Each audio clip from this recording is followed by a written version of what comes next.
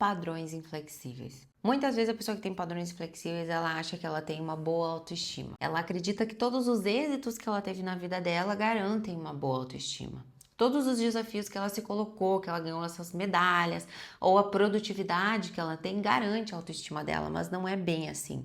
Porque a gente pode estar, na verdade, indo para o lado oposto da autoestima.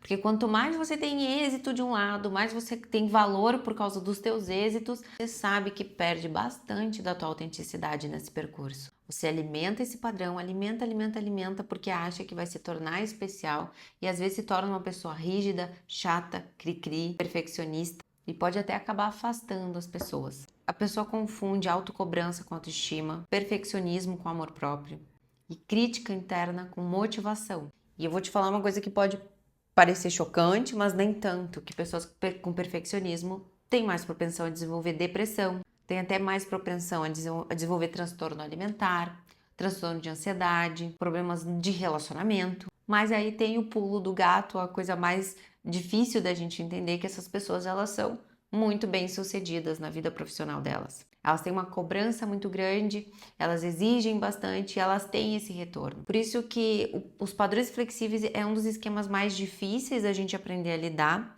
não porque ele é o mais horrendo de todos, mas porque a sociedade reforça demais. É diferente de um esquema de abandono, onde as pessoas começam a dizer: nossa, como você é carente, como você é demandante, você é chata, você é possessiva. No esquema de padrões flexíveis, a sociedade vai sempre reforçar muito essa pessoa. Nossa, como ela é produtiva, como você é produtivo, você é essencial para o nosso negócio. E desse jeito você vai se perdendo ali no meio. Você não sabe mais quem você é. Você acha que o seu valor está intrínseco à quantidade de produtividade, de utilidade que você tem na sociedade. É como se fosse uma prisão dourada. Você conquista tudo, mas não consegue aproveitar nada. Então aqui a gente vai entender por que a gente cria essa falsa autoestima. A gente vai identificar esses padrões, vamos construir essa autoestima real. E eu também quero te mostrar como é que inconscientemente você atrai pessoas que te dizem que você não é bom o suficiente. Então vamos ver como é que funciona a autoestima quem tem padrões inflexíveis. A pessoa só se acha boa quando ela produz, quando ela é perfeita, acha que a autoestima dela depende dos resultados, ela percebe que a autoestima dela depende dos resultados. Se eu for mal, eu fico muito mal.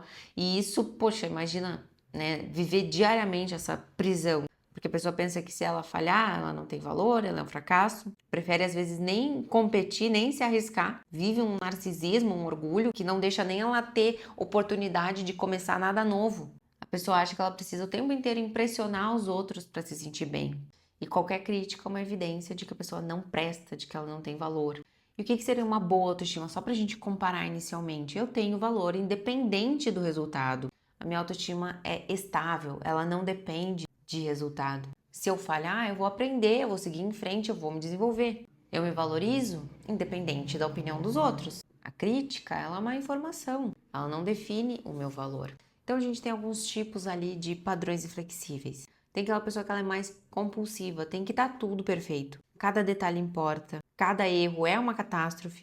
E a autoestima dessa pessoa vai depender de controlar tudo perfeitamente. Essa pessoa, ela pode pensar numa situação perfeita na cabeça dela. Mas se a situação sair um pouquinho do controle dela, acontecer qualquer coisa errada, ela vai se frustrar, ela não consegue aproveitar as coisas. Eu me lembro de um paciente que ele era muito bom em muitas coisas, mas ele sempre estava com a sensação de que podia ser melhor. O meu próprio pai, ele é assim também. Agora eu me lembrei, né, trazendo essa pessoa à tona, me trouxe meu pai, que ele faz comidas maravilhosas, mas ele já coloca na mesa falando que faltou alguma coisa, e se alguém tiver algum ponto, é melhor falar para ele e tal, e todo mundo tá ali achando que é a melhor comida do mundo, mas ele tá sempre ali buscando isso, não consegue aproveitar. Então essa pessoa, ela vai viver essa eterna insatisfação. E ela vai sentir até falta, assim, poxa, parece que eu nunca senti uma coisa, agora tá perfeito. Não, nunca senti isso. E aquela autoestima, aquele bem-estar fica sempre dependendo ali de situações externas. Depois a gente tem aquela pessoa que é viciado em sucesso, viciado em resultado, workaholic, trabalha horrores, acha bonito trabalhar horrores, sem parar, final de semana, quando tá doente. Porque a autoestima daquela pessoa depende de ser melhor em tudo. Isso afasta ela das outras pessoas, porque quando eu preciso ser melhor que alguém, alguém tem que ser pior que eu. E eu enxergo o mundo através disso. Ok, tu vai me dizer, não, Julia, é assim, tem pessoas que se destacam, é assim a sociedade, ok, mas imagina tu viver isso na tua cabeça. Eu tô sempre tendo que ficar acima de alguém, alguém tá menor que eu tô sempre usando essa ótica, isso me afasta das pessoas. E olha o impacto emocional também que gera essa coisa de estar sempre perseguindo esses bons resultados. Quando a pessoa não tem um bom resultado, aquilo tira o sono dela. Ela fica ansiosa e às vezes não é nem por um resultado muito ruim, é um 9 numa prova. A pessoa fica braba consigo mesma, acha coisas horríveis dela mesma. Então aquela autoestima fica ali condicionada ao desempenho. A pessoa só se valoriza quando ela tá ganhando. Segundo lugar, às vezes é intolerável. É vergonhoso, a autoestima fica sempre oscilando, buscando resultado, às vezes enxergando situações onde não teve resultado. A pessoa não consegue relaxar. Até porque nos padrões inflexíveis, descansar é coisa de preguiçoso. Então a pessoa não consegue relaxar um segundo. É uma tensão, é um cansaço, é uma hipervigilância, é uma rigidez. E tem aquela pessoa que também é viciada em sucesso, mas também é obcecada no status. Ela precisa daquilo, precisa daquele status, aquilo é importante para a autoestima dela. Precisa ser vista como especial, como importante, superior. Essa pessoa vai apresentar um desconforto, por exemplo, se ela foi num lugar e ela não estava num lugar VIP, o que as pessoas iam pensar dela? Se ela foi num lugar onde só tinha pessoas não sei o que, não sei o que lá. Essa pessoa ela vai ter essa preocupação. Então vamos entender de onde é que a gente tira, né?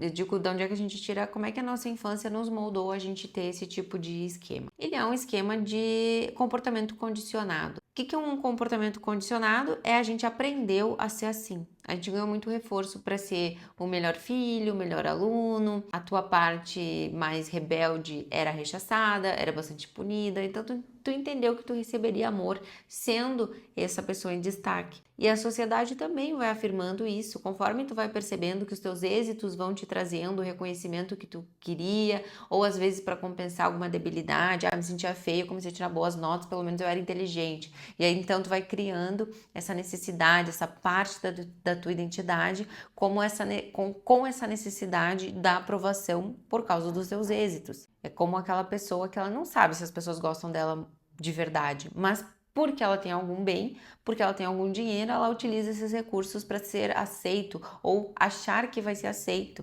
Às vezes essa pessoa ela até provoca uma indigesta ali na galera, porque as pessoas acham que ela tá se mostrando, ela tá usando o que ela tem ali para ganhar algum reconhecimento e as pessoas sentem e acham estranho, causa ali um desconforto.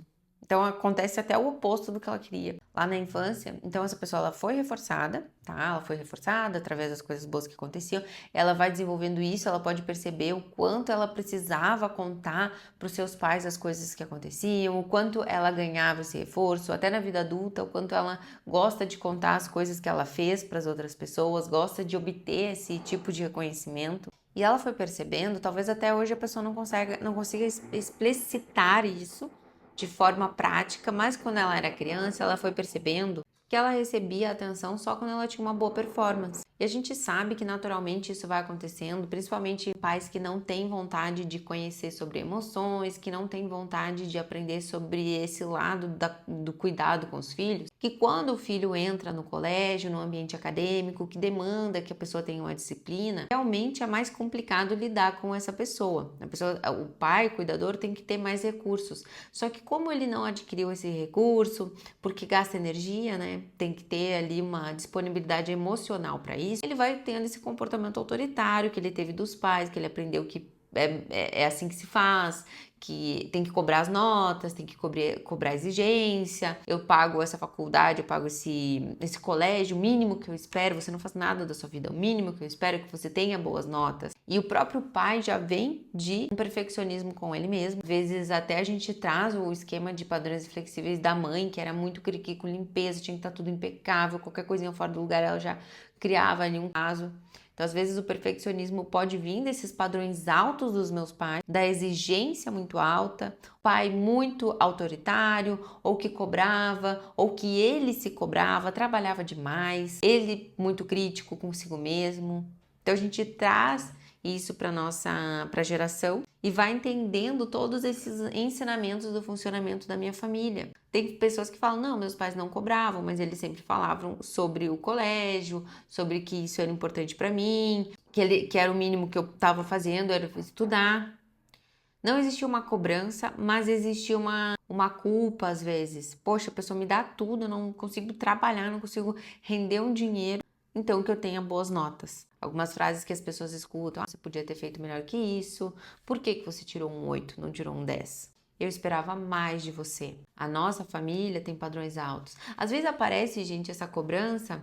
Eu sei que vocês vão dizer, nossa, é tão sutil, né? Mas o pai não cobra assim, tem que ter boas notas, mas ele tá sempre falando pros amigos: poxa, os meus filhos tiram sempre 10, fulano tira sempre 10, é o melhor da turma, não incomoda. Isso também gera uma cobrança na pessoa. E eu não tô aqui para culpar pais, né, nem para culpar os seus pais, mas é para você entender o teu funcionamento. Todas as pessoas do mundo vão ter alguma coisa para lidar, porque faz parte da nossa jornada. A gente tá aqui para entender o que a gente precisa melhorar. E essas mensagens de perfeição, de cobrança, não são passadas diretamente. Pode até ser passado, né? A pessoa falar, os pais falarem bastante, ter esse discurso, mas na maioria das vezes são mensagens subliminares, vamos dizer assim, que a família vai passando. Se tu entra na minha casa e eu tirar os sapatos na tua frente, entrar dentro de casa, você vai entender que precisa tirar o sapato para entrar na minha casa. Eu te passei uma mensagem, eu não disse tira o sapato. Então tem muitos ensinamentos que a gente aprende através do funcionamento que não precisa ninguém explicitando, discursando sobre essas crenças.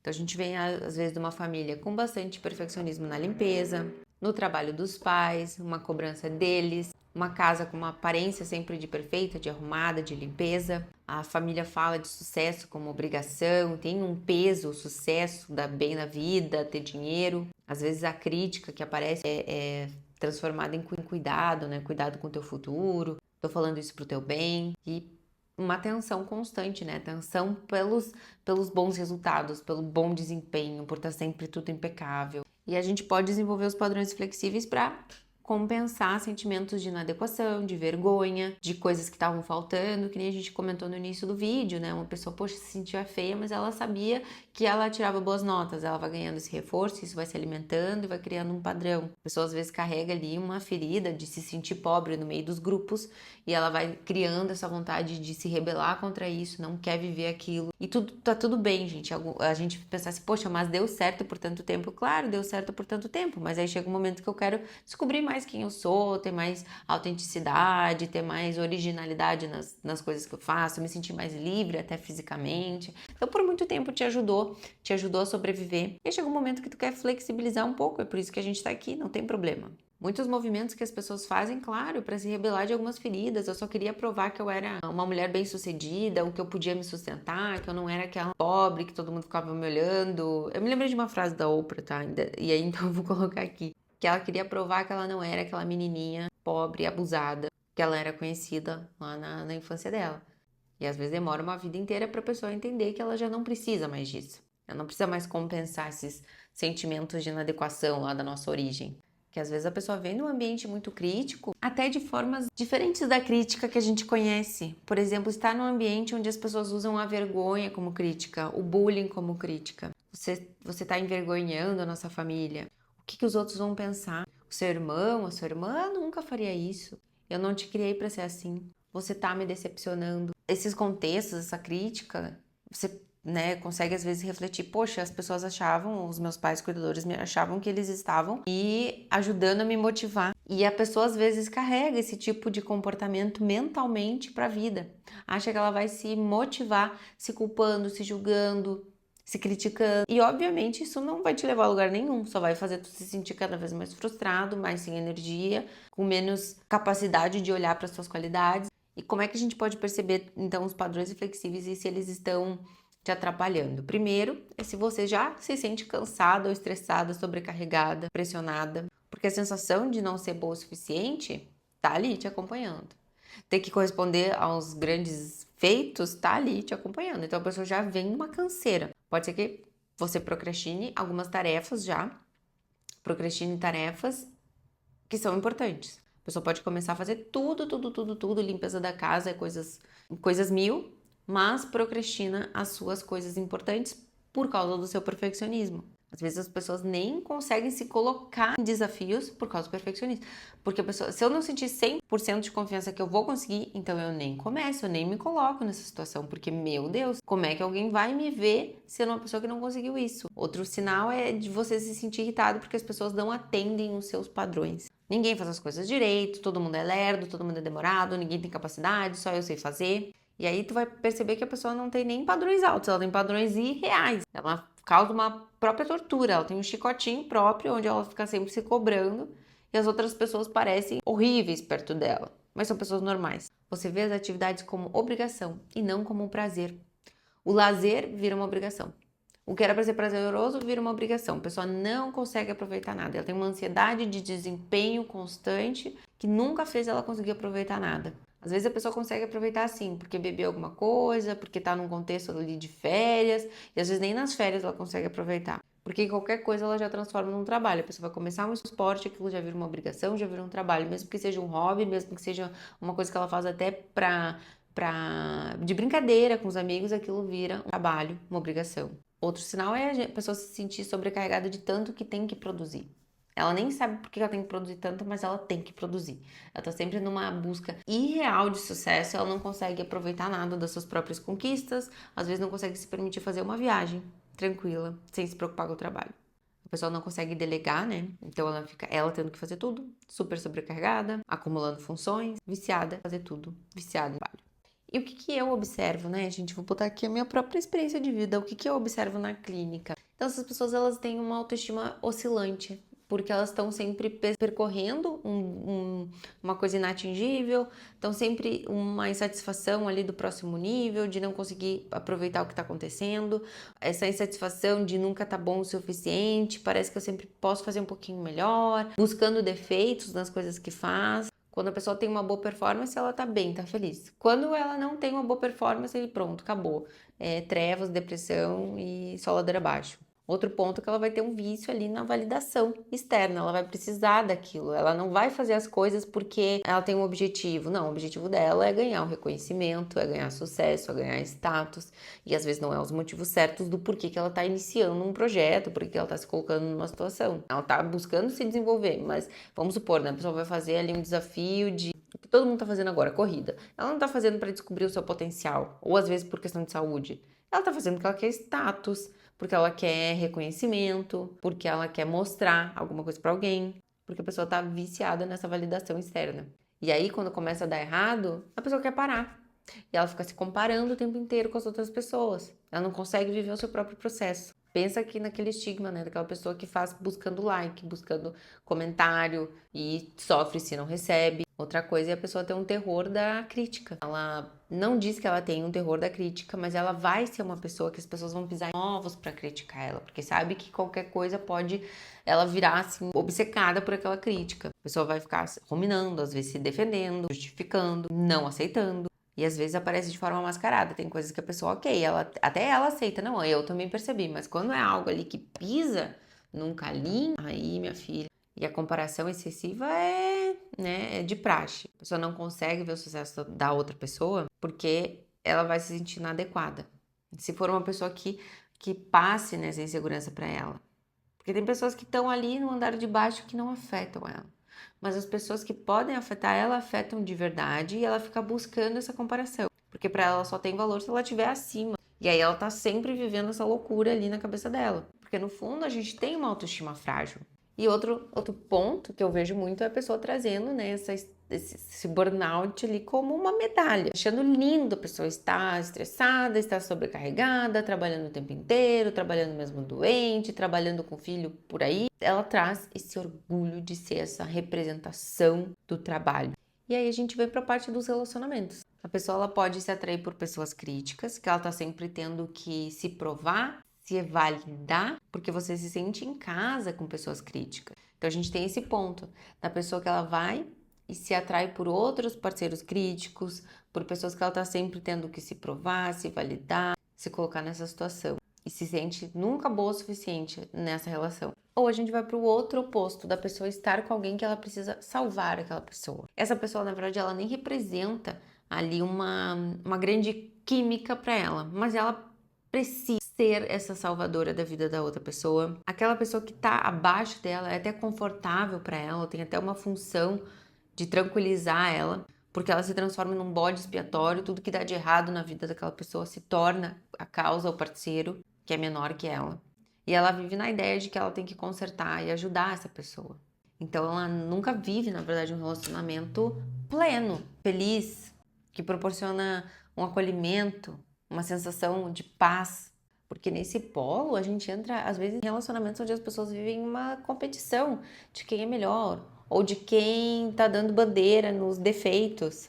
Aí um minimiza a conquista do outro. Um se sente ameaçado pelo sucesso do outro. Transforma tudo ali numa disputa de ego, de quem é melhor, de quem tem mais isso, mais aquilo. E não consegue celebrar a vitória junto. Porque se o outro tá conseguindo, é sinal de que eu não tô conseguindo. Então a pessoa não consegue ter um relacionamento efetivo nunca. E como toda essa insatisfação é familiar, quando o relacionamento tem até chance de ficar bom, a pessoa vai lá e sabota, porque ela precisa de um relacionamento com essa sensação de que não tá bom, de que não tá bom o suficiente, de que eu tenho que fazer mais. A pessoa começa a procurar defeito demais, briga por coisas ínfimas. Quando tá tudo bem, ela sabe que ela tem que procurar uma coisinha ali.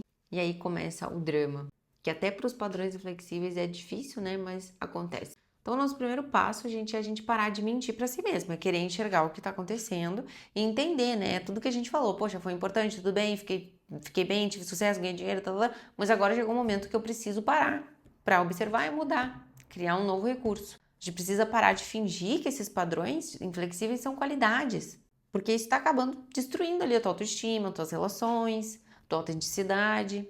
E aí, o passo segundo é a gente criar uma lista de vantagem e desvantagem. Eu falo vantagem e desvantagem, mas eu sempre faço com o paciente assim, ó, o que que eu ganho e o que que eu perco com esse esquema. Aí a pessoa, quando tem esquema de padrões flexíveis, ela vai dizer que ela ganha muito reconhecimento, muitos êxitos, muita performance, que ela gosta de ter esses ganhos, essas medalhas. Então ela ganha dinheiro, ganha reforço, ganha tudo isso. Mas aí quando a gente vai para perda, no início a pessoa não vejo muito como perda, mas aí eu começo a incitar e começa a vir. Eu tenho mais pressão, mais crítica, tô sempre no perfeccionismo, às vezes não me coloco nas situações porque eu não quero me arriscar não ser boa o suficiente. Tenho um padrão muito elevado que é difícil, tô cansada, tô estressada, às vezes meu corpo tá sobrecarregado, tô ansiosa, às vezes tô sem dormir, mais irritada. Percebo que eu me afasto das pessoas, que eu afasto algumas pessoas, que as pessoas até me evitam, não consigo me divertir, não tenho diversão, não tenho lazer, não consigo tirar férias. Coloco muita pressão nos meus filhos, nos meus companheiros, nos meus amigos, no meu trabalho, nos meus funcionários. Não tenho tempo para mim, não consigo construir esse estilo de lazer, às vezes prejudico as minhas relações. Então a gente tem ali prejuízos significativos para a gente querer essa mudança. O terceiro passo é a gente entender de onde isso veio, né? Que foi toda essa busca ali na nossa família, as pessoas que tiveram essa crença. Eu acho que funciona para mim, eu quero manter essas crenças ou eu quero tirar essas crenças. E vou utilizar algumas frases para te ajudar a mudar um pouquinho. Então, eu quero que tu complete essas frases. Eu aprendi que eu só tenho valor quando. 2, os meus pais só ficavam orgulhosos quando eu. 3, na minha família, relaxar significa. E 4, eu desenvolvi padrões altos para compensar. Na outra etapa, a gente vai começar a praticar a imperfeição. Entregar alguma coisa com defeitinho, mandar uma mensagem com algum errinho. Eu até imagino a pessoa que tem padrões flexíveis pensando, meu Deus, e se eu virar essa pessoa toda errada? Mas é pra gente flexibilizar e fazer tu sentir isso, esses sentimentos e aumentar a tua tolerância à imperfeição. Porque eu tenho certeza que tu não quer que as pessoas te amem porque tu tem bons resultados. Isso é péssimo pra autoestima. Quando a criança é criança, ela é muito queridinha, muito bonitinha, muito afetuosa com os pais. Mas chega um momento que a gente vai expondo os nossos sentimentos ruins, raiva, medo, expressão de agressão. Não quero fazer isso, não quero fazer aquilo. E se a gente tem pais que não conseguem acolher esse sentimento, a gente vai reprimindo isso. E a gente vai entendendo que esse nosso lado é inadequado. E a gente só vai mostrando uma máscara, que é a coisa boa, que ganha reforço, que os pais gostam, que não frustra os pais.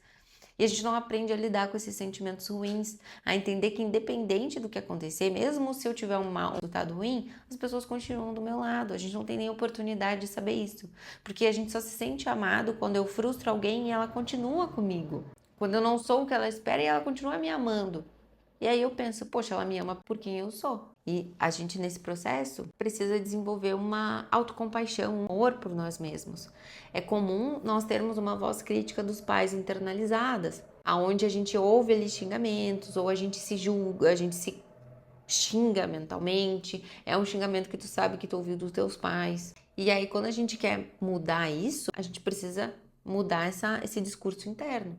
Eu não sei se eu já passei por tantos processos de transformação mental. Eu já percebi algumas frases que eu levava bem no início, né, quando eu saí da faculdade, eu percebia que eu tinha essas vozes dos pais internalizados, me criticando. Mas hoje em dia, acho que eu já desenvolvi tanto que eu já perdi essa conexão. Esses dias uma menina me comentou que na academia ela ficava se olhando, ficava, nossa, você é gorda, você tá cheia de celulite, você é isso e aquilo.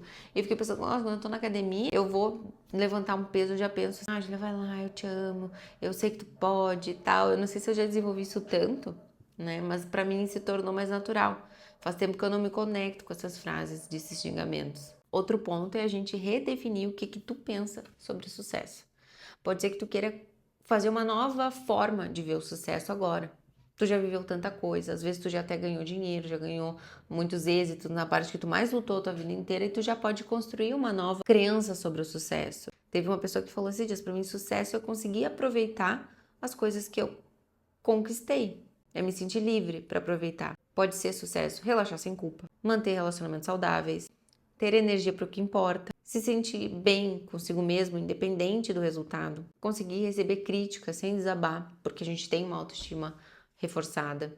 E para o nosso exercício final, eu quero que você escreva 10 coisas que você valoriza em si mesmo que não depende da tua performance. E eu tenho certeza que você não vai nem conseguir pensar nisso. Então eu vou trazer alguns exemplos que eu tenho certeza que são seus. Eu tenho certeza que tu valoriza a tua capacidade de amar, de ser leal ao amigo, de ter coragem para tentar, que tu valoriza a tua resiliência, a tua criatividade, a tua empatia, a tua autenticidade, a tua capacidade de crescer, a tua força interior e a tua humanidade. Eu tenho certeza que os teus amigos valorizam a tua presença, o teu abraço, a tua lembrança quando tu lembra deles, a tua preocupação, o tempo que às vezes tu dedica. Tem muita coisa que depende da nossa performance, não precisa de resultado para ser amado. E muitas vezes os teus resultados podem até, da forma que tu expõe, repelir as pessoas. Então a gente precisa parar de confundir autocobrança com autoestima, achar que essa crítica interna vai te motivar, não vai. Você não precisa ser perfeito para merecer amor. Então é isso. Fechamos aqui nossos padrões flexíveis. Eu espero que tenha aberto os teus olhos para tu viver uma vida mais leve, mais autêntica, mais conectada contigo mesmo. Um beijo.